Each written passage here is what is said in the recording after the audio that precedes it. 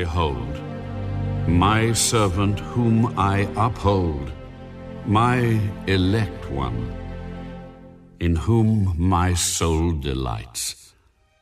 So Dr. Brand can tell us which servant of Isaiah 42 brought the Ishmaelites from idol worship. Please answer that. And I will quote a text from the Quran. You don't have to accept the Quran as the word of God, but as a 7th century document, you have to realize that it speaks about what's going on in Arabia. In the Quran, the pagan Arabs are boasting that is our God's better or is Jesus better? So much for a light to the Gentiles, which includes Ishmael. As for Jesus bringing many Ishmaelites to the faith, yeah, through history, thank God.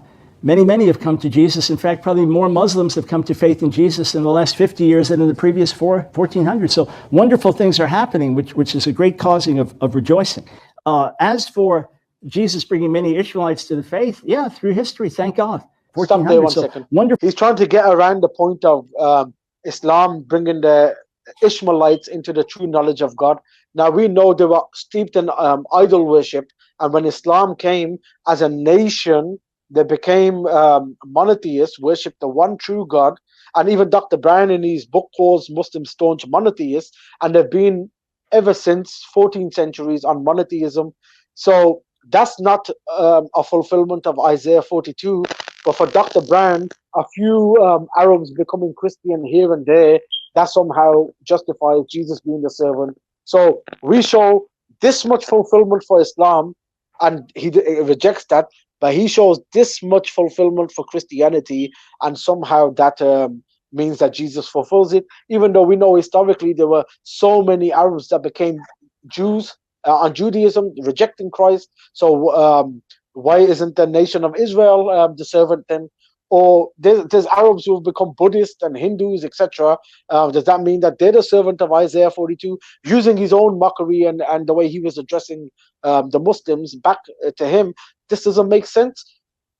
Obviously, the true fulfillment historically we know was in the 7th century with Islam, and a few people in modern times becoming Christian is not a fulfillment, because there's so many Christians becoming Muslim, and even that Egyptian Coptic Christians becoming Muslim. So let's not play the convert game of the 21st century. Let's really look at this historically, and we know who really fulfilled Isaiah 42. How many errors could I have exposed in one debate?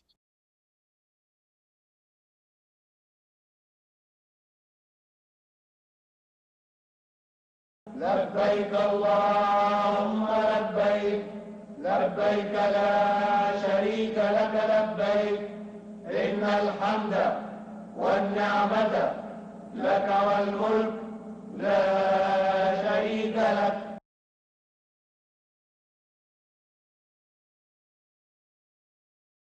Come on, explain. You are cheating somebody.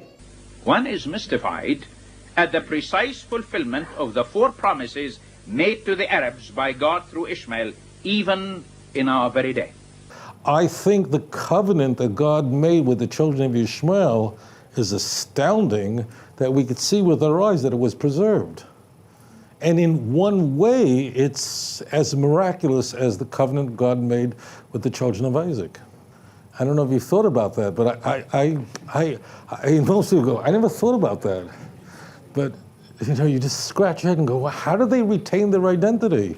الذين آتيناهم الكتاب يعرفونه كما يعرفون أبناءهم وإن فريقا منهم ليكتمون الحق وهم يعلمون.